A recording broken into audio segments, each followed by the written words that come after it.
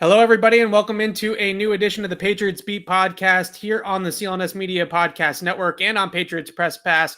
I'm Evan Lazar, joined as always by Alex Barth. And Alex, workouts underway today. Officially, we get to see players on the field.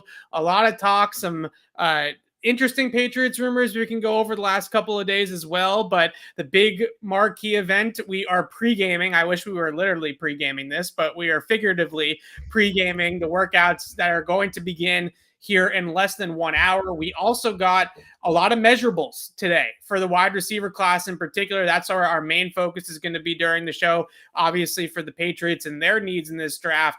Not really a quarterback draft for the Patriots, certainly not a tight end draft for New England either. So it's going to be a big emphasis on wide receivers all weekend long for the Patriots, but especially tonight when we get to see some people run. I want to start here with the measurables that came out. And we were talking about this before we hit record or hit live here. And that is how small some of these wide receivers are in this class. Really at the top of the class in particular is what I'm talking about.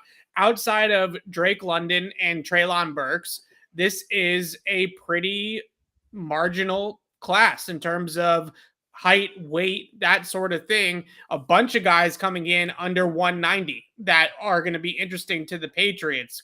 Chris Olave, Garrett Wilson, Johan Dotson under 180. Jameson Williams, although he's recovering from that ACL surgery, so maybe he dropped a few pounds because he's not lifting right now, coming in at 179. John Mechie, 187. So all these guys under 190. That tells me, although we're not going to see the Bama guys here tonight, the 40-yard dash times for all these guys that are under $190 in terms of weight are going to be critical. And you can throw Wan'Dale Robinson in there as well from Kentucky, who is 5'8", 175, 180. 178. 178, right. All of these prospects are relying on speed and separation, right? Those are the two things that all these guys are going to live on. They're not going to be contested catch guys. They're not going to be guys that overpower people. They're going to be people that run by people or run away from defensive backs. Didn't we know that, though? And I mean, yeah, the guys are kind of smaller than maybe you'd like to see, but I don't think that's really in terms of, they're going to have to play as guys who get separation in their routes, run away from defenders with the ball in their hands, make tacklers miss, not breaking tackles. Didn't we kind of know that about the receivers in this class? Like, it's a little surprising just how small some of these guys really are. It seemed like everybody's listed weight came down, and it always comes down. Size always comes down when you get this official measurement. Seemed like a little more than usual this year. But that doesn't surprise me. I think we kind of knew that this was who this group was. They're small, shifty, get them in the open field receivers. So I'm not going to put a ton of stock into it until we have the full picture, like you said, with the 40 times. But I wasn't coming into this thinking, oh man, maybe John Mechie can be a jump ball downfield. Like I never had that expectation for him. So it doesn't really change the way I looked at it. Fair enough. I think the one thing that you do have to point out as it pertains to what we're going to see here with the 40s is that if you're going to be, let's say Chris Olave, who's 187 pounds, I think is or maybe he was 189. I'll put these up so I get these something all right. Like that, yeah. Yeah. So I think he was 187. I was right the first time. Under 190 pounds, 187 pounds. If you run anything over like a 4.45, 4.5 at 40 at that size, your projection to the NFL, just based off of past comparables, is not very good. Right? There's just not a lot of guys that weigh in at 187 that run a 4.5 that end up being good NFL wide receivers. So there is a pretty big threshold, I would say, for these guys. You mentioned that a lot of people came in underweight. I think Treylon Burks was listed in some places as much as 230, 235 pounds. He came in at 225. The one guy that seemed to add weight was Drake London out of USC. A lot of people thought might be 205, 210. He comes in at 219. So a lot of talk about numbers and measurables here. That's what the combine is all about. But I do think it's interesting that outside of those two guys, London and Burks, this is pretty much a separation class. This is a route running, speed, separation type of group. And as we roll this forward to the Patriots, I don't think that's a bad thing for New England, No. right? The guys that are the size speed guys, if everybody in the first round was 6'4", 225 pounds, I would be more concerned about their ability to draft and project one of those guys than I am with an Olave or a Jameson Williams or even Garrett Wilson if he makes it there to 21. These are the types of guys that the Patriots want, the Patriots need, is people that can run routes, get in and out of their breaks, and create separation down the field. Yeah, no, this is it's the exact kind of receiver they need. Again, I think this works out for them with these kind of players. It's also guys that are going to step in and probably have more success in their system. Olave being the main example of that, the shining example of that. So it's, it couldn't be more tailor-made this year for them to take a receiver, which obviously means they won't. But you could not have a better set in it for a number of reasons. The way this class is set up, you could not have a better situation for the Patriots to take a receiver high in the draft. Yeah, the one guy that I will say that this is a little bit troublesome for me in terms of weight is Johan Dotson from Penn State, who I don't think they were going to draft anyway because they have that thing about Penn State anyways. Right. But he's 178 pounds. And the one thing you definitely see on his tape is getting jammed up by press coverage, right? An inability with his upper body strength and his smaller frame to get off of physical coverage, especially at the line of scrimmage. I think that's reflective on his tape. Now he weighs in under 180 pounds. If he doesn't absolutely fly in the 40-yard dash tonight, then I think his projection to the NFL gets a little bit murky. But the topic of the day really has nothing to do with the Patriots in Indy right now is obviously Kenny Pickett's hand size, right? And how much does this actually matter? 8.5-inch hands for Kenny Pickett, probably for most people, the consensus quarterback one. This is not a good quarterback draft. This is not like last year where we have Mac Jones. Did you see what I just grabbed? Justin Fields. Oh, I did. Trey Lance, Trevor Lawrence, Zach Wilson. This quarterback class is not very good. But what are your reactions to how much this actually matters? Because if you look at things in one way, I do think that it's opportunity, right? If you measure in small, then maybe you're not going to have the opportunity to be a starting quarterback in the NFL because people are going to write you off right away.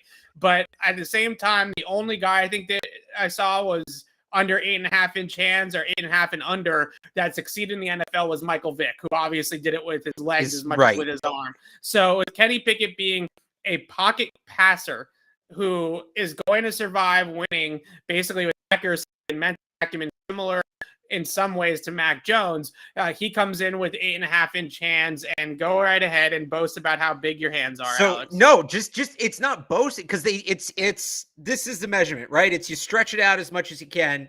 Right. I got to kind of move my mic here. Tip to tip, and it's thumb to pinky, right?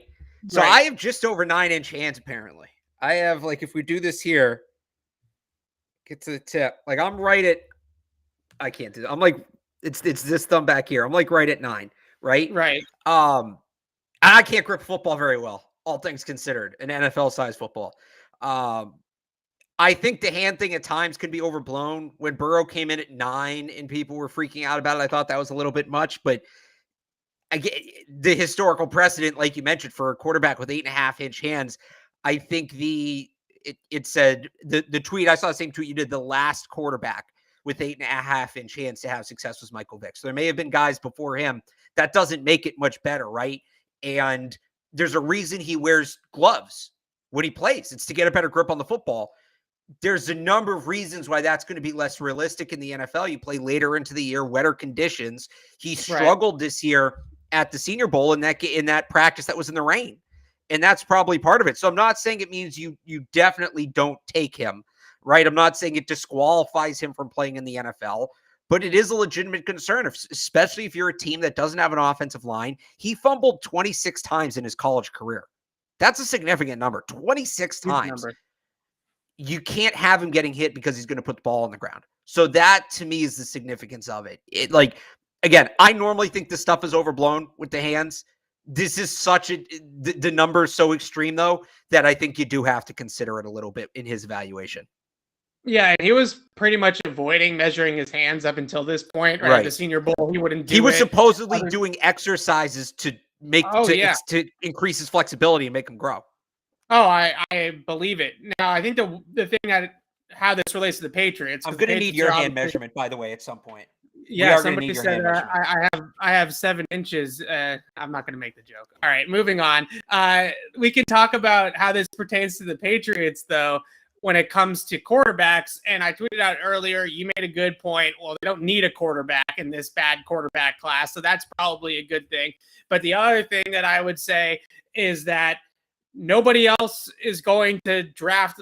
There's not going to be 5 quarterbacks off the board in the first 20 picks, right? I think in other years, you would be lucky that, let's say you had the 21st pick last year and you have 5 quarterbacks go in the first 15 picks. Some of these talented players that are non-quarterbacks fall to you at 21. Now, I don't think the Patriots are going to have quite that luxury that maybe in past years that a Garrett Wilson falls in your lap, for instance, because 5 quarterbacks go, or a franchise left tackle falls in your lap because of 5 quarterbacks going in the top 15, or whatever the case may be. So as a Patriots angle here, does it worry you at all that a lot of non-QBs are going to fly off the board in the first 20 picks before the Patriots go? Because Willis, I think, is turning a lot of heads in Indianapolis. He's probably going to be a top 20 pick.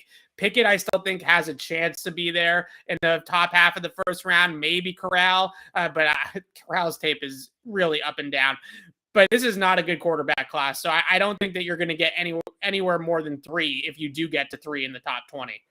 Yeah, I don't know if worry is the right word, but the way the board shakes out this year is interesting. There's a lot of players we've talked about him, Olave, Booth, maybe Jordan Davis, who are kind of right in that range when you rank them on the big board, not a mock draft, a big board. Now, the big board doesn't really have quarterbacks in front of any of those guys. If we're talking raw talent, ranking the prospects, maybe you throw Malik Willis ahead of those guys. And I know some people have that. I don't have any quarterbacks about those guys. I don't. So it's different when you go into a mock draft because now you start to weigh the value of positions. Now you start to weigh the value of that. The interesting thing to me here, and so I'm looking at the consensus mock right now, by the way. They have 3 quarterbacks with first-round grades. They have 4 first-rounders in the mock in Pickett, Willis, Corral, and Howell. And please let Matt Corral and Sam Howell go in the first round. I would love to see what a mess that is. I like Carson Strong better than those guys. I don't know that he has the floor they do, but if we're all gonna go nuts over Josh Allen, there's a little bit of Josh Allen and Carson Strong. Now, Josh Allen came a long way from where he was entering the draft, but Carson Strong kind of has that grip and rip it mentality. Anyway, as I look at this, as I look at this class, I just don't know. And here's the interesting way to kind of put it next to everything. And this is what we talked about last year. Well, why are you so high on Mac Jones? He's the 5th best quarterback in the draft. It's all relative. And this is a great example of it, of how it's all relative. Where would you put, let's not even do Mac Jones. Where would you put Kyle Trask if he was in the draft this year? He might be QB1. He's 1 or 2. We'll see what Willis, it's tough with Willis because he was at Liberty. He was at a smaller school, right? I think the workouts are going to tell us a lot, but I'm taking Trask over Howell. I'm taking him over Corral. I'm taking him over Ritter. I'm taking him over Strong, Zappy, etc. Like, it's stacked so weird compared to last year. The one guy I really like out of this group is Ritter, but not in terms of being a top 10 pick. I think Willis is making a very good name for himself in the meeting rooms, certainly talking to NFL execs and things like that. It sounds like he's making a really good impression, especially on the whiteboard, right? When they put him up there and have him draw out plays and reads and figure out what he's looking at on the field. He's somebody that I think is going to end up being up there. You're right, though. If you look at the quarterback class last year, and let's not forget that last year we talked about how great of a quarterback class it was, right? I mean, it was very well known that was going to be one of the better quarterback classes in quite some time. So I don't think it's much of a surprise. And we also knew that this quarterback class was probably not going to be very good. Everybody last year at this time told us, they said to us, oh, well, don't forget about Baker Mayfield or don't forget about Zach Wilson. Like, these guys come out of nowhere, right? They're not saying that. Right. They're not first round picks. and then they have really good years in the fall, and they become first-round picks. This group went backwards, I would say, in a lot of ways in the fall, and a quarterback class that everybody was kind of lukewarm on becomes even worse because the guys played poorly in the fall season. So this is a tough one. This is the way I look at it, though. If I'm the Patriots, is I do think there is a little bit of we've talked about it multiple times. Trading down in the first round, I think, becomes even bigger of a conversation because in this draft, with lesser quarterback talent and fewer quarterbacks going ahead of you, there's probably not going to be a ton of great options at 21 that are much different than what they might get if they trade down to the 30s or they trade down to even the 40s. The talent level is probably going to be roughly the same because you're not going to have somebody slip to you, right? You're not going to have a Devin Lloyd fall to you at 21. That at this point, I think is completely out of the realm of possibilities and off the table. Maybe Jordan Davis is still there. I think Andrew Booth obviously has a good chance. Chris Olave has a good chance. But I do think that you're going to have to weigh the fact that some of these guys that we've been talking about that could be blue chip type talents are not going to make it there because the quarterbacks aren't going to be flying off the board like they have in years past. The other interesting thing is you hear all these teams talking about, veteran options. And I think the veteran market this year is exploding, veteran quarterback market. And not even like Russell Wilson and Aaron Rodgers. I mean, there's reports out there that teams view Mitchell Trubisky as a possible starter. Right. So that's going to push that down even further. Quarterback class in the draft. Right. So that's going to push these quarterbacks down even further. You look at it. I mean, I'm just looking at the board here. You look at the Broncos at 9, who may say, hey, we have a chance to get a quality player.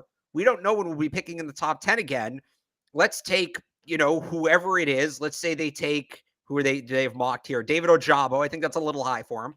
But let's say they take David Ojabo at 9 and say, hey, we'll go sign Mitch Trubisky. And then next year, either Trubisky works out or next year we draft a quarterback when it's a better class. Shout out Phil Dracovic. The really interesting thing that could happen, there's 2 teams picking in front of the Patriots, the Saints and the Steelers at 18 and 20. And you have the Eagles in between them at 19. We're going to, for the sake of this argument, we're going to assume the Eagles aren't taking a first-round quarterback. Yeah. You have the Saints and the Steelers. Let's say those are the first 2 quarterbacks picked. Let's say those are in whatever order, Willis and Ritter, who I think are going to be the first 2 quarterbacks off the board.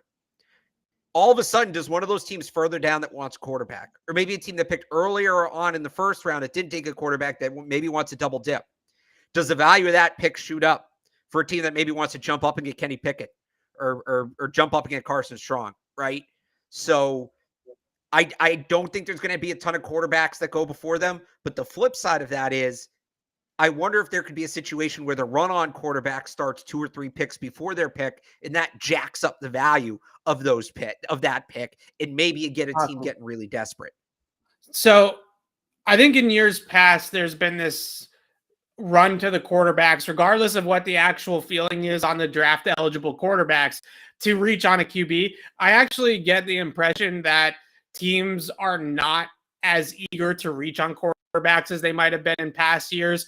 The veteran market, like you said, I think is going to be pretty robust. I think there's going to be options there. If you're the Eagles, are you really going to reach on a Malik Willis or a Kenny Pickett when Russell Wilson might be available, right? Or Deshaun Watson might be available if he gets cleared. That also might get sorted out before the draft. It could. But I think that would then take a quarterback team off the board, right? Potentially, is if one of those teams goes ahead and makes the trade, then you might not have that option there. I think that the veteran market this year is significantly better, and the movement at quarterback is potentially significantly higher than what we've seen in a lot of past years when quarterbacks have been reached for, right? When they go out there, they draft by 10, 15, 20 spots too high just because of the value of the position. This draft to me feels like we could be seeing, I wouldn't be shocked if we only see 2 QBs in the first round, right? Maybe one sneaks in at the back end of the first round and it makes it 3. But I think that the fact that a lot of teams are going to try to make those moves in the veteran market. You mentioned a guy like a Mitchell Trubisky. I think that there's going to be teams that are going to say, kind of like what Carolina did with Sam Darnold in a way, although they did it in the wrong draft, right? It's that Right. you go ahead and you take a gap, right? You take a bridge quarterback, and then you see if you can get the most out of that guy, and then you revisit when the quarterback draft is better. And maybe you give a guy like Mitchell Trubisky a year to see if he's going to be any good, because it's better than wasting your 5th overall pick on a quarterback that you know is going to bust in the draft. Well, we're speculating here. Let's do it. Let's run through it. Here we go.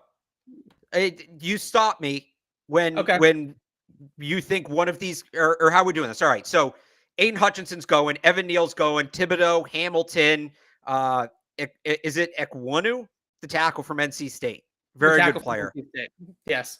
Yeah. That's what I'm going with. Okay.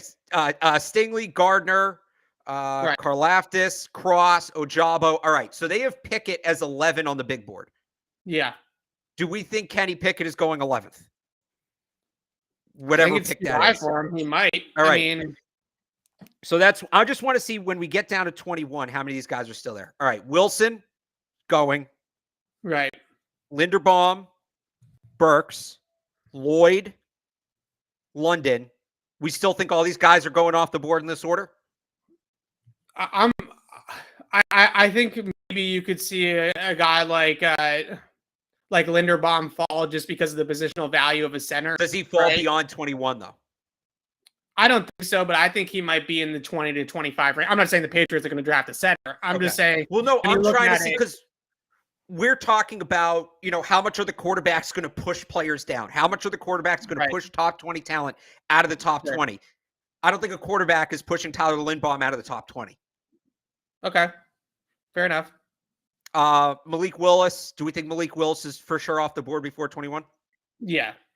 Okay. Jameson Williams. That's a tough one. I know Adam Schefter reported yesterday that he's ahead of schedule with the ACL rehab based off of the Twitter doctors, right? Doc Chow and those people. Right. It's more like he's on schedule, this ACL rehab, right? Doing the balance boards and things like that this time. He's saying, Jameson, that he wants to be back in 7 months. That's aggressive. To push the ACL in 7 months, even at this stage when obviously the surgeries and the rehabs and all this stuff is so advanced. Recovering from ACL surgery in 7 months is risky. On top of that, if you're the team drafting him, do you really want him to push the ACL in 7 months when you want to look at him for a player that's 5-10 years down the line? So I don't know. His stock in the top 20 is very, very difficult, but all it takes is one team, and you do have a couple of teams in there, like Philadelphia potentially, that even though they drafted Devontae Smith last year, they might want to draft another receiver, and they have 2 picks in the top 20. Right. So maybe you draft a guy with 15 that's going to help right away, and then you draft Jameson Williams at 16 as kind of your stash first-round pick on the upside. The other thing I wonder is, does a team that knows they can wait a year maybe trade up and take him where they don't need him to rush because they're in the stage of rebuild? All right, so Jameson Williams is maybe. Jermaine Johnson, Florida State. He's an interesting one to be so high to me, because he's not necessarily the first step explosive edge rusher, right? He's not a guy that I necessarily see in the NFL having double-digit sack season after double-digit sack season. He's more of the type of guy that I see fitting the Patriots in that he's a team player, right? He plays the run really well. He sets the edge. He's not necessarily, Ojabo, for example, from Michigan. He's much more the athlete that pins his ears back and gets after the quarterback and can put up huge sack totals in the right system. I'm not sure if Johnson really strikes me as that kind of guy, but you also mentioned Karlaftis from Purdue. Yeah. Who media extremely high on Karlaftis, right? Everybody in the media has him as edge 2, edge 3. Some people even have him above guys like Thibodeau, right? Or Hutchinson. It feels like, based off of when you look at big boards from guys that are plugged in, like Dane Brugler or Todd McShay, or people that actually, talk to scouts and execs in the league to build their big boards, he's much further down the board than some of the people like me who just watch the tape. right? And just study these guys and stack them all together. So I don't think the NFL is as high on a guy like Karlaftis as maybe draft Twitter or draft media is on him. So I'm interested to see where he ends up going. Okay, so you're lukewarm on him. Yeah. And then Kenyon Green, interior lineman from Texas A&M. Yeah, again, a really good player, but I do think in a lot of ways we're starting to learn a little bit that unless you're Quentin Nelson at guard, right? Unless you're that good, that teams I don't feel like are drafting guards that high. I don't know if they're drafting centers that high. It's just he's a great play. He's a top 20 player in this class, as is Linderbaum, right? Those two guys are top 20 talents, top 20 tape studies in this class. But our team's going to knock them for being interior offensive linemen. I think we might be in the day and age where that is a thing, especially in today's NFL, where it's all about receivers, cornerbacks, pass rushers, and quarterbacks. That position gets knocked down even further than maybe what it did 10 years ago. So to get back to the point of this exercise here. Yes. So we pushed 2 spots. There were 2 guys or 3 guys I think I read that you don't think would go in the top 21. So we're now at the 21st pick. Right. Here's who's next on the big board in order. Nakobe Dean, Chris Olave, Trayvon Walker, Jordan Davis, Andrew Booth. Jump down 2 picks, you get to Trevor Penning.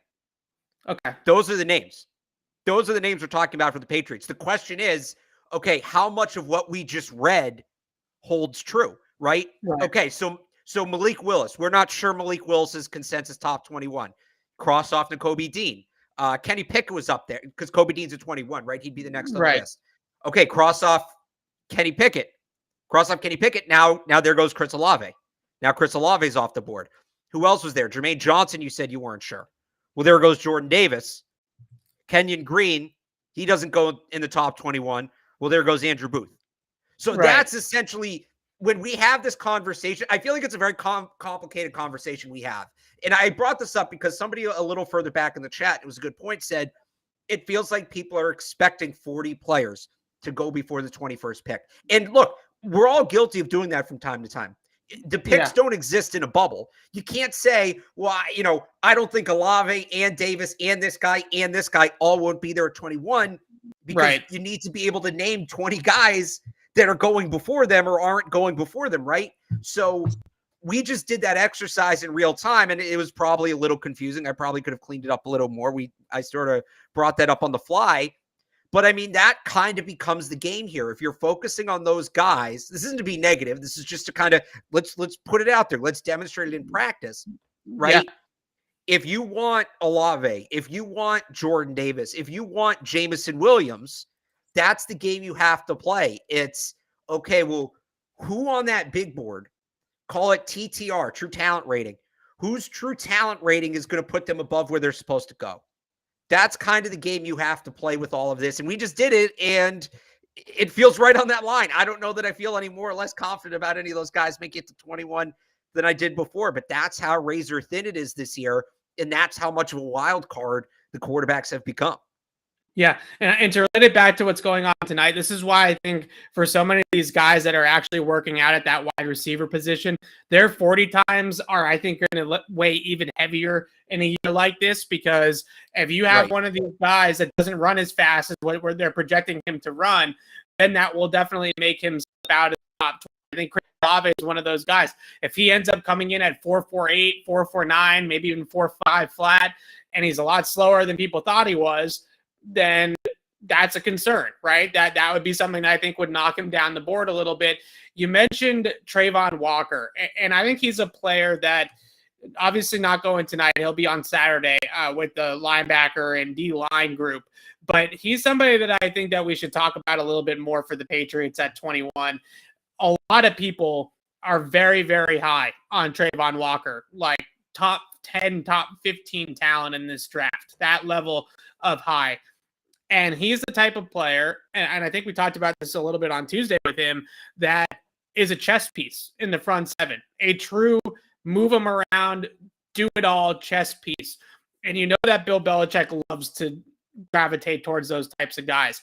He's not somebody that is necessarily okay, you're just going to play inside linebacker, or Jordan Davis, you're just going to play nose tackle, right? Trayvon Walker can play end. He can play stand-up edge rusher. He can probably play off the line a little bit if you want to put him there, or rush on the interior on passing situations. He's somebody that I think is going to be pretty high on the board as well for the Patriots, just because of his versatility and all the different things that he was able to do in the Georgia defense. Now, you mentioned Garrett Wilson. He's a really interesting one to me as well, because he is a guy that in the past has not necessarily been drafted very high. He is 183 pounds. I don't think he's going to run a 4.3, right? I think he's going to run pretty well, but I don't think it's going to blow everybody out of the water. And when you look at his projection to the NFL, he is somebody that's probably going to be a slot receiver only, and not a slot receiver in the aspect that like Jalen Waddle is a slot receiver, right? Or Tyreek Hill is a slot receiver. He is a technical slot receiver. So I haven't talked a lot about Garrett Wilson at 21 for the Pats, because in a lot of the consensus board, he's a top 15 guy, right? On the board that we use, he's 12 currently. 12 on the big board, 13 in the mock. Yep. Yeah. So he's going ahead of the Patriots in most mock drafts that you see in the media. But when you look at his skill set, when you look at his weight, when you look at what he's probably going to time in the 40, he's not necessarily the type of guy that goes top 10 or top 15 in the draft historically. I don't know how you feel about Garrett Wilson. I've always kind of been on the Olave trade a little bit more than Garrett Wilson, just because I thought Olave was more realistic. But now when this weight comes in, knowing that Garrett Wilson's probably not going to put up a 4.3, I am interested to have that conversation a little bit more of what Garrett Wilson would be like in this offense. Yeah, I'm kind of in the same boat as you. I didn't really pay a ton of attention to him just because I didn't think he's a realistic candidate. I still like Olave better. I think Wilson's probably better right now, but I think Olave, I think the floors are similar. Wilson's is probably a little higher, but I think the floors are similar. But in terms of upside, I think Olave has much more upside and more positional versatility too. You bring Olave in, he's probably versatility, yeah. Right. He plugs, like, Wilson's your slot receiver. That's what he is. He's going to be a good one. But Wilson's your slot receiver. That's what he is. You bring in Olave, and maybe he's your slot receiver year 1, year 2. A couple years down the road, you need an X. You can move him over. You could realistically move him over there, and he's still probably going to be a good player. So I understand why Wilson's projected higher. Like, if we're doing an overall board, just like in general, you're starting a team, right? Wilson's probably higher on that board. If we're doing a Patriots specific board, players I think the Patriots should take, given all the circumstances around, Olave would be higher on that board. Yeah, so the two things that Garrett Wilson definitely looks better at on tape that maybe would fit the Patriots a little bit more. He is not as clean of a route runner as Chris Olave is, but I do think his separation quickness at the top of the route's a little bit better. He's a little bit more explosive through the break point to create separation, but he doesn't get in and out of the break as cleanly as Chris Olave does. But he also, Olave runs more routes too. Yeah, he also runs, I would say Olave is more of a vertical-based receiver though, right? He's probably somebody that's going to be a get-up-the-field type of guy, whereas Wilson is that got a little bit of shiftiness to him that can play out of the slot, right? And you look at some of the things that he does after the catch, I think he's better in that phase than a guy like Chris Olave is. He's somebody that can be a little bit more shifty with the football, a little bit more slithery, elusive, whatever word you want to use. And I think that that's something that maybe gravitates a little bit more to the Patriots, because I've been thinking about this, and this is what I wanted to pose to you. As much as I love Jameson Williams, and I love Jameson Williams, taking even the injury out of it, is the best receiver to pair with Mac Jones somebody that he's going to have to throw a 60-yard bomb to be effective, right? And I think that Jameson Williams can win at the first and second level, but to really use him to the utmost of his abilities, he's a down-the-field receiver. And I think in some ways, Chris Olave is in a similar category. But when you look at Mac Jones, and this goes back to, I forget, I wish I remember who he said it to. I think it was the Karen Garigian of the Herald. Dante Scarnecchia said that the Patriots need to get Mac Jones his Julian Edelman or his Wes Welker and his possession receiver in the slot that's a little bit better than somebody like Jacoby Myers. To me, that's not Chris Olave, right? Like, he can play in the slot, but in order to get him to the best of his ability, you want him to be getting up the field. Same with Jameson Williams. He can play closer to the line of scrimmage. You can use him on end arounds and jet sweeps and get him into space and have him run with it. But when you watch a lot of his tape at Alabama, it's bombs down the field, right? It's 60, 70-yard touchdown passes. Is that really what pairs best with somebody like Mac Jones?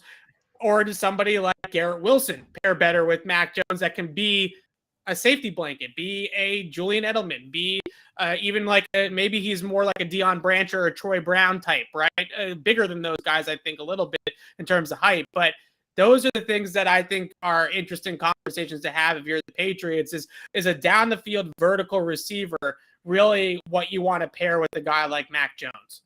So a couple things to that. It's an interesting question. It's a very good question. I think there's other opportunity. I don't think you need to use, if you're talking about getting Mac as Julian Edelman, I don't think you need to use a first-round pick on that guy. Right. That's fair. This class is so deep in the slot. Right. From Skye Moore to Wan'Dale Robinson, Bo Melton, who was one of the few wide receivers who actually had a good weigh-in, and we'll see what he does in the 40 tonight. Bo Melton's stock may be about to skyrocket. Right. Bo Melton might be like zoomed in the stock market in February of 2020. You like that one? The other thing about it is you talk about not wanting to get Mac a vertical receiver, but then you bring up, Mechie Williams, the way Williams won down the field. Williams, a good amount in Alabama, won down the field out of the slot. And they used that vertical slot. I almost feel like, going off of Alabama's offense and kind of the personnel the Patriots have now, I almost wonder if they could flip the traditional roles. I wonder if that's the best fit for Mac and for the offense as a whole, where go get a vertical slot guy and then a possession guy that lines up on the outside, because there's some of those in this draft too. And Kendrick Bourne may already be a guy like that, right? I almost wonder if you marry the two concepts where go get Jameson Williams, run him out of the slot, but have him run, or you could do Chris Olave too. Get Chris Olave, run him out of the slot, but let him stick to that vertical route tree. Mac had a ton of success with those kind of concepts at Alabama. And then maybe you figure out if you go out and get one of those, whether it's Bourne or somebody else on the outside, or you run an offense with two slot guys. They'll do weird stuff like that. They'll do weird stuff. Like, think about the mismatches you can create, and we're getting way down the road here. But let's say you have, and I think this might be your dream draft, Evan, here. Let's say you have Chris Olave as a vertical slot guy on one side, and then Skye Moore is your Julian Edelman type in the slot on the other side. And then you have either Bourne or Aguilar. I think he's going to go high. I think Skye Moore is going in the second round. So you're going to have to draft him pretty high. Maybe, but just that in theory, that sort of setup. Right. Maybe you can get Chris Olave in the first round, and then somebody like Kyle Phillips or Slade Bolden later on in the draft, right? Who aren't necessarily as good as Skye Moore, but can still do some things. I just bring up the conversation. You mentioned about him throwing verticals out of the slot fades, deep over routes, right? Deep crossing routes, things like that. I think Jameson Williams and Olave would both be really good at those, and were really good at those in college. And when they had those opportunities to move those guys inside and made those things happen, they did it well. I just wonder, again, I don't want them to draft a receiver in the first round and have that guy turn into Nelson Aguilar in this offense, right? Absolutely.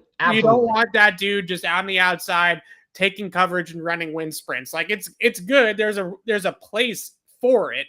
The place is not at 21. If you want to draft that guy, you go with Christian Watson in the fourth. Right. And just pay Nelson Aguilar a little bit of money, but you're not paying him $20 million a year to take coverage with them up the field.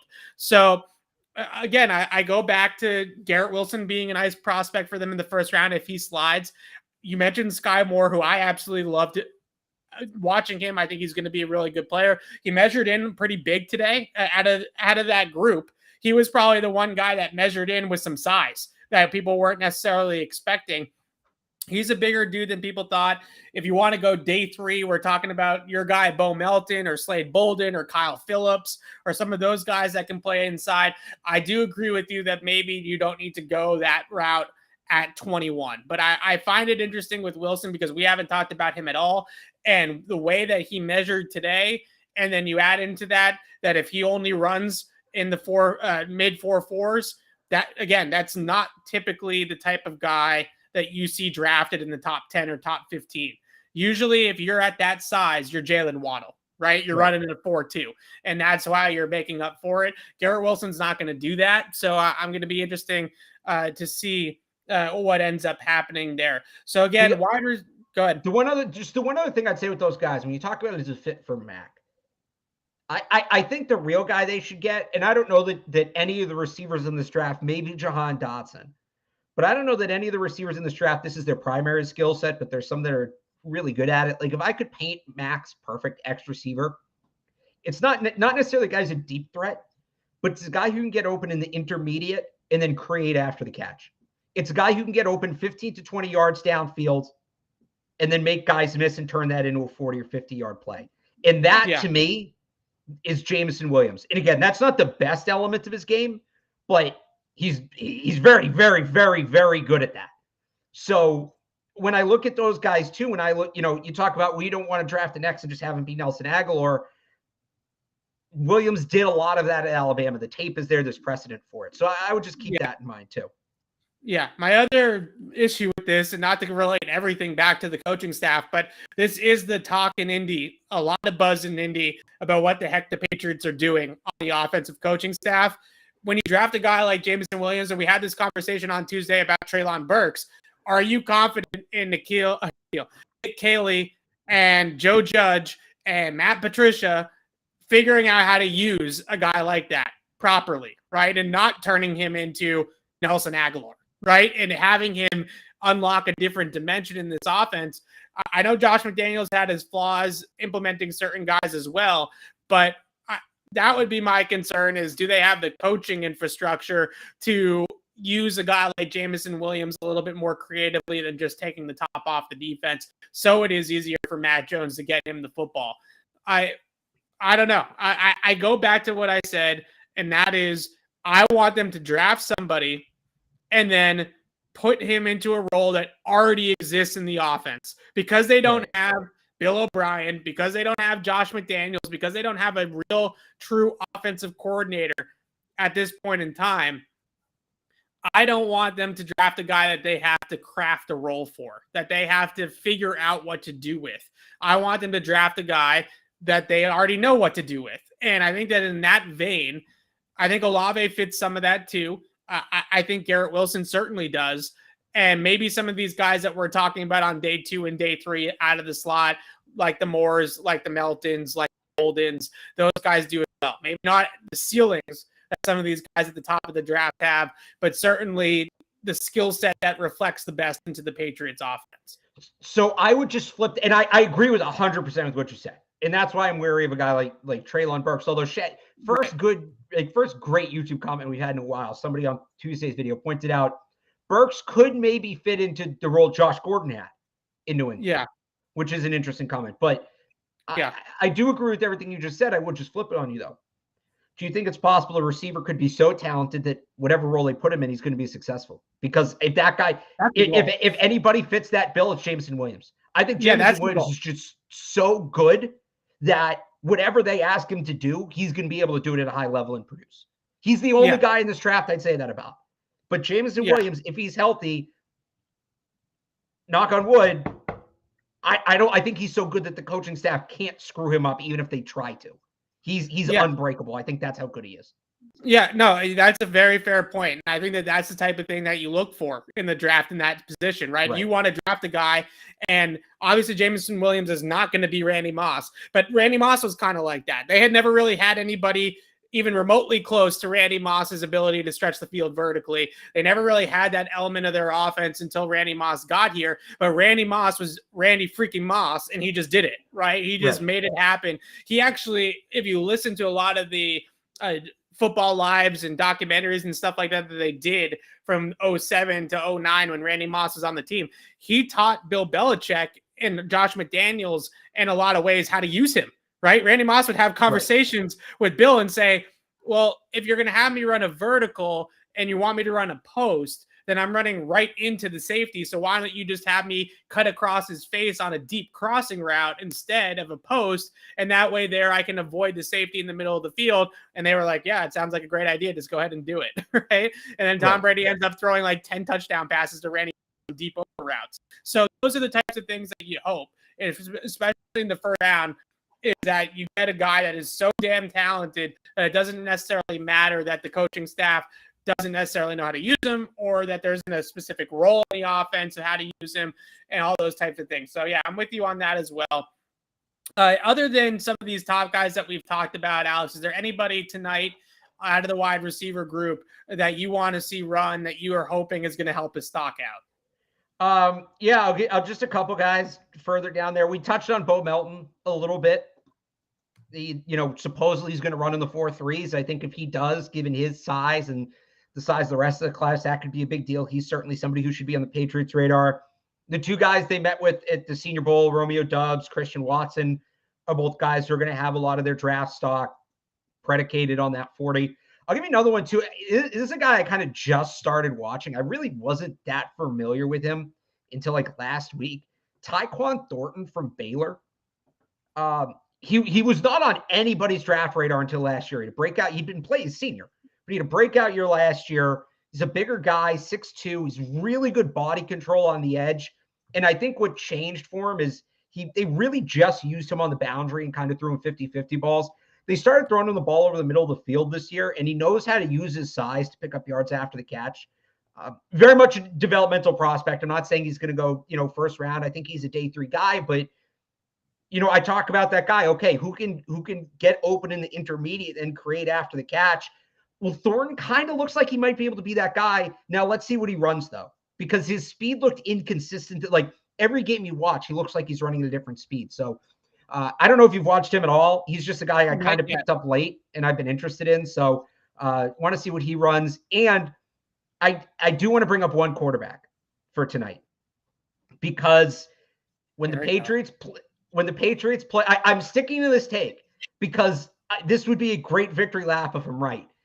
When the Patriots played the Falcons back on that Thursday night game in November during the week, Bill Belichick raved about Felipe Franks and how Felipe Franks is a third-string quarterback, and he plays tight end, and he covers kicks, and he's just a really difficult player to game plan for. He also brought up Taysom Hill talking about that.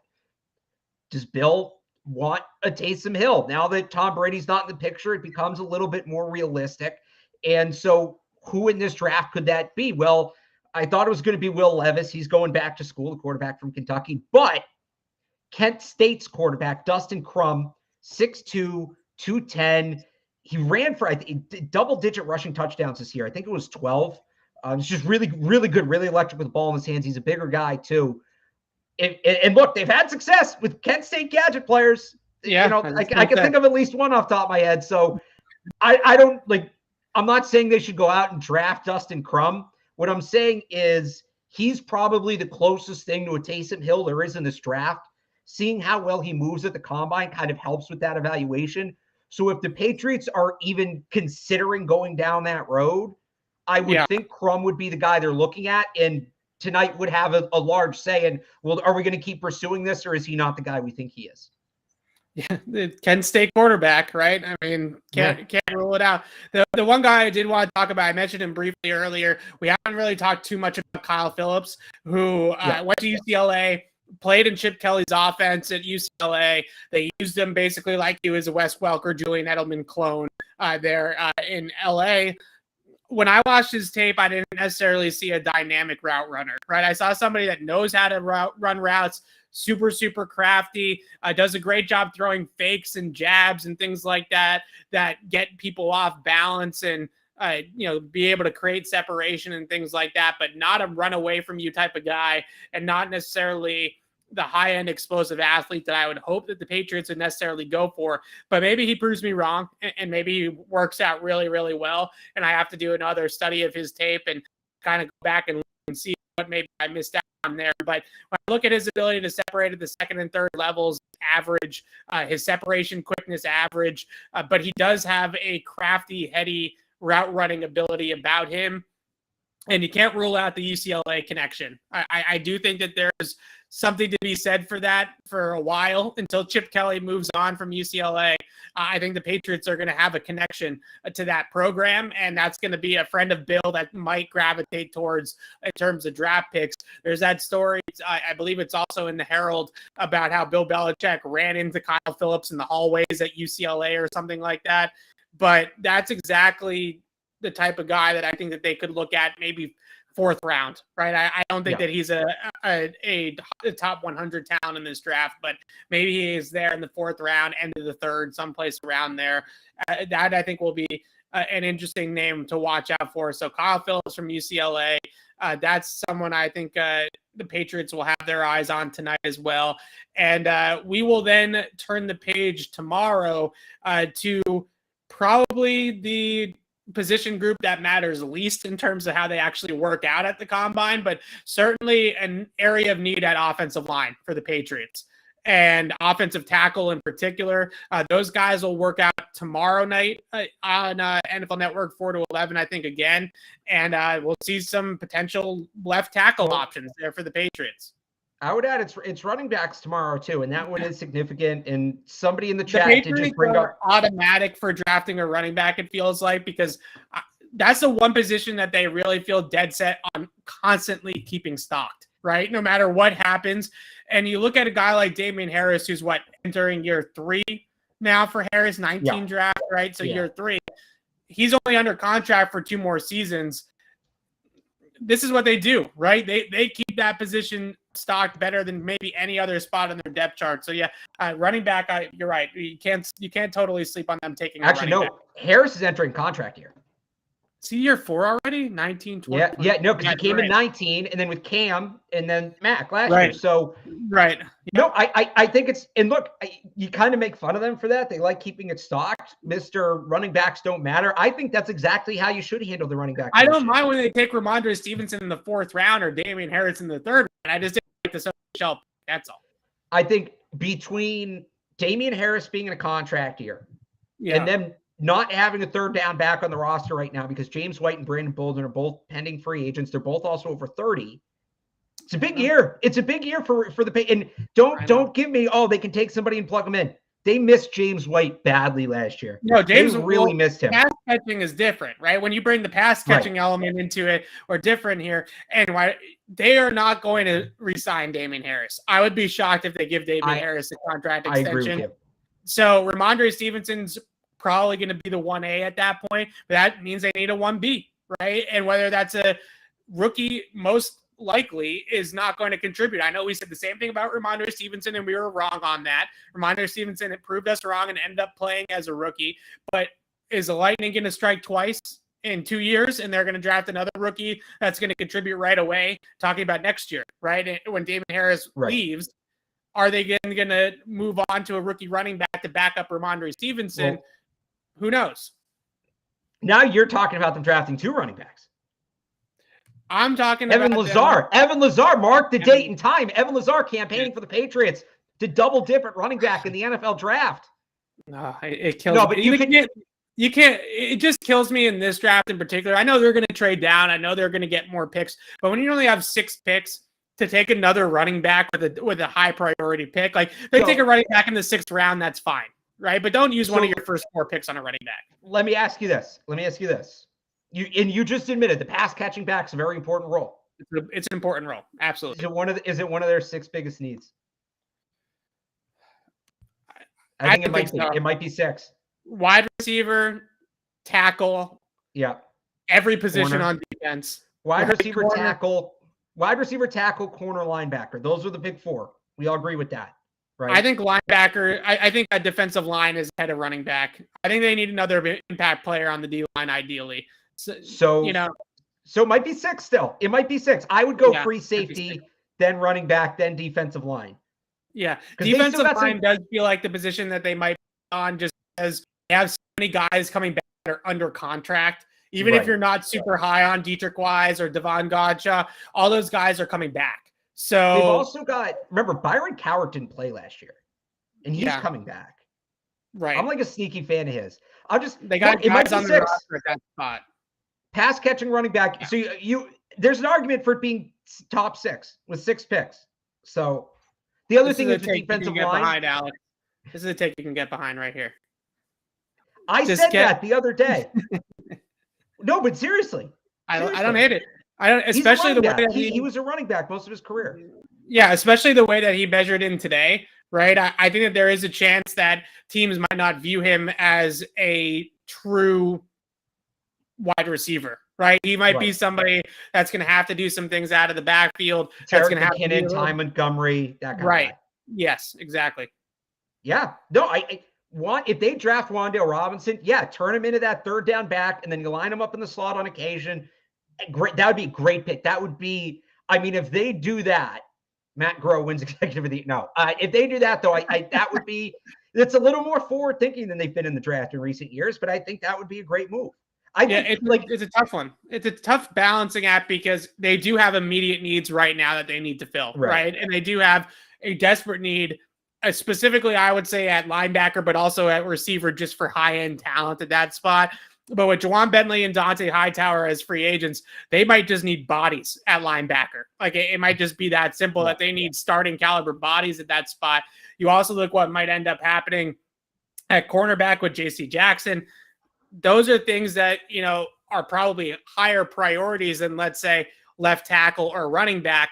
But the Patriots are one of those teams that typically looks at what are our needs going to be in 2023, 2024, right? Not necessarily just this year, but what are our needs going to be in a year from now or 2 years from now? And let's stay ahead of those things.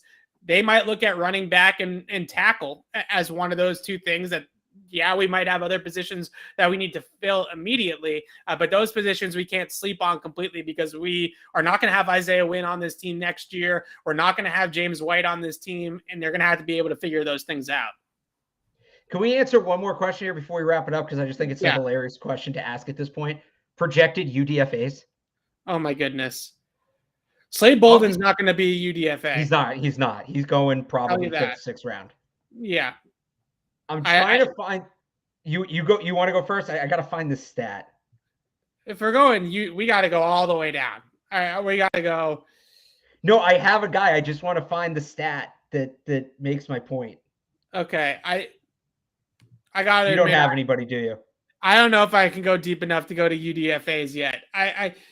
I am not sure exactly where some of these guys are going to end up falling in terms of wide receiver. I always like some of these UDFA wide receivers for the Patriots because oftentimes those guys fall out of the draft because of athletic limitations, but they're smart people, right? They're smart players, kind of like in a mold of Jacoby Myers. So maybe they go that route with that. We're talking so much about double dipping at wide receiver. Maybe they go the 2019 draft route where they draft a guy early and then they pick up a guy they like in the UDFAs. Give me yours and I'll look at a list here to figure something out. The guy you're just talking about, by the way, is Jalen Naylor from Michigan State this year. I don't think Charleston Rambo is going to be UDFA. I've seen some people say he might be. He shouldn't be. Jalen Naylor from Michigan State. So I like Aaron Mosby from Fresno State. You just like him because his name is Mosby. No, I knew you were going to say that. Yes, I knew you were going to say that. That's not why. Evan, I'm going to tell you why, and you're going to be embarrassed that you just even brought that take up. Here's why I like Aaron Mosby from Fresno State. He was recruited as a safety in 2017, played the full year at safety. Next year, they moved him to cornerback. He was also in a hit sitcom called... No, okay. Just hang on. The next year, they moved him to cornerback. He plays corner. The next year, they moved him to linebacker. He plays 2 years at linebacker. And then they turned him into an edge rusher. And he primarily rushed the passer in 2021.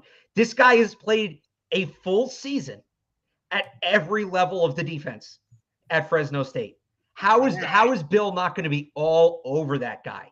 And you thought it was because of a sitcom. No, it's because he plays literally every position on defense. Aaron Mosby, Fresno State. I think it's mostly, though, because of the sitcom, right? Evan, honestly, I thought his name was Mosley for the longest time. Mosley for the longest time. I really did. Okay, I got one for you. This one was brought to my attention by Rich Hill on Twitter the other day, and that is Noah Ellis from Idaho.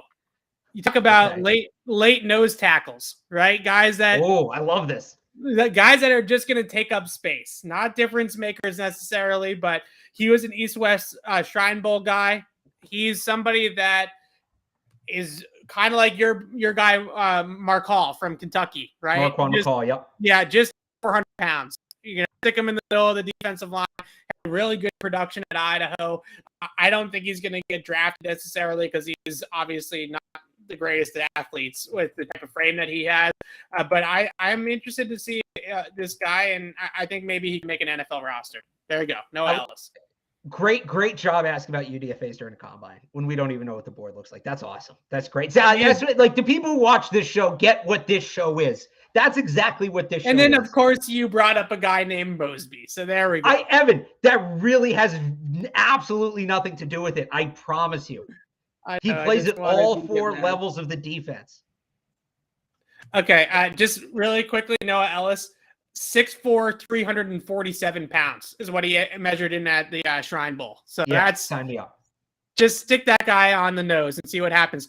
Really, really quickly, Andy Isabella, any interest whatsoever? Former UMass star. Really, really good tape in college at UMass. Ran a 4.31 40-yard dash a few years ago. He has requested a trade from Arizona. He had one catch for 13 yards all last year for the Cardinals. Couldn't get on the field with Arizona. Any thoughts? He's not Wes Welker, right? Like, he's a vertical slot receiver also. He's somebody that definitely gets up the field more than is that shifty underneath option route type of guy. But an interesting one. You probably could get him for next to nothing. I know some people have thrown out the Harry for Isabella swap. I actually think that N'Keal Harry has more value than Andy Isabella does. So maybe that's Isabella and a pick, not a good pick, but a pick back to the Patriots for Isabella, right? Maybe something like that. Or for N'Keal Harry, excuse me. But do you have any interest in the player, Andy Isabella, at all? Like, I'd take a flyer on him. If it's N'Keal for Isabella and a pick, I would do that more so just because you get the extra pick. We talked about they don't have enough picks. Right. No, he's also his cap hit right now is $1.5 million. That's not a ton, but it's also not insignificant. I don't think anybody's gonna trade for this guy. I would supposedly, and you reported this, and a couple of people reported this. He wants to play in New England, right? Yeah, some interest here. Yes. Let them cut him. Let the Cardinals cut him, and you're probably a leader. And then, you can bring him in for $850,000, whatever the minimum is. Right. Yeah, sure. I'll take right, basically. I'll take that flyer all day.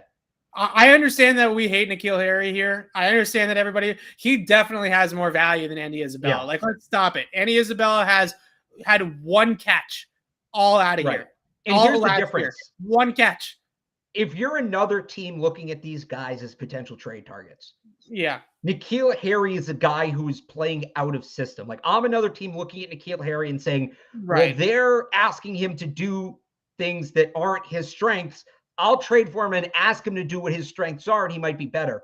I'm looking at Andy Isabella. Here's a guy who is a perfect system fit in Arizona and still can't produce. So it's not like I can ask him to do anything different to increase his production. It's purely a change of scenery thing. So that's why, not that either of them have tremendous value. No, I'm not saying N'Keal Harry has any value. I'm just saying he has more value than Andy Isabella. As a neutral observer, take yourself out of New England for a second. If you're one of the other 31 GMs or 30 GMs looking at these guys, N'Keal Harry's tape offers more optimism, more room for improvement than Andy Isabella's does. That's the difference. Yeah, absolutely. I think Andy Isabella, and maybe even just a fifth for your boy Matt Ariza, right? I would do that just to get the fifth. I think that makes a lot of sense. Fifth round pick is probably the least valuable pick in the entire draft, just based off of look at the fact the difference between a fifth and a seventh really isn't all that much. The fifth round is the special teams round for the Patriots. Maybe they take Andy Isabella and a fifth round pick for N'Keal Harry. Maybe you even get something a little bit better than that. I don't think you will, but maybe you can get 2 day 3 picks or something like that for N'Keal. That's the way that I look at that trade. I think N'Keal Harry for Andy Isabella is straight up. The Patriots are giving up a little bit too much there, in my opinion. I would agree. I'm with you 110%. When you watch N'Keal Harry's tape, another team is not going to say, oh, snap, that's a 1,000-yard receiver that we can get from the Patriots because they're not using him correctly. But they are looking at him and saying, He's a big body guy. He can block. We can use him in the red zone maybe a little bit. I think that they have more tape to back it up, like you said, that there is something a little bit more there for you to sink your teeth into. If the Patriots traded for Andy Isabella today, the only thing that I could pull up to be optimistic about bringing him in is his college tape. Like there is no tape from him against from Arizona. Maybe I could look in preseason. Maybe there's some preseason Arizona tape that you could pull up of Andy Isabella. So that would be an interesting move for the Patriots, though. Isabella coming back to the New England area, N'Keal going back out to the state of Arizona, both going back to their college programs. I know N'Keal Harry lives in Arizona for most of the offseason, so I think he'd be pretty happy about going back out west. I think that would be something that he would welcome as well. So we'll see. I think that that's a possibility, but I wanted to get to that quickly. All right, let's go watch the drills.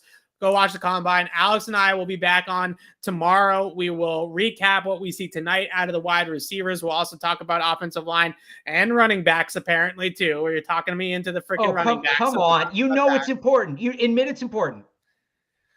The third down back roll is important. That's all I'm looking for. But that's who's working out tomorrow. That's who's working out tomorrow. That's all I'm saying. All right. So Alex and I will be back tomorrow. We'll keep it right here on Patriots Beat and on Patriots Press Pass all weekend long during the combine. So stay right here with us and we'll carry you through all the way through until Sunday. But enjoy the combine tonight. Enjoy Celtics Grizzlies if you're going to watch some basketball tonight as well. And we'll see you guys all tomorrow. Thanks so much for watching.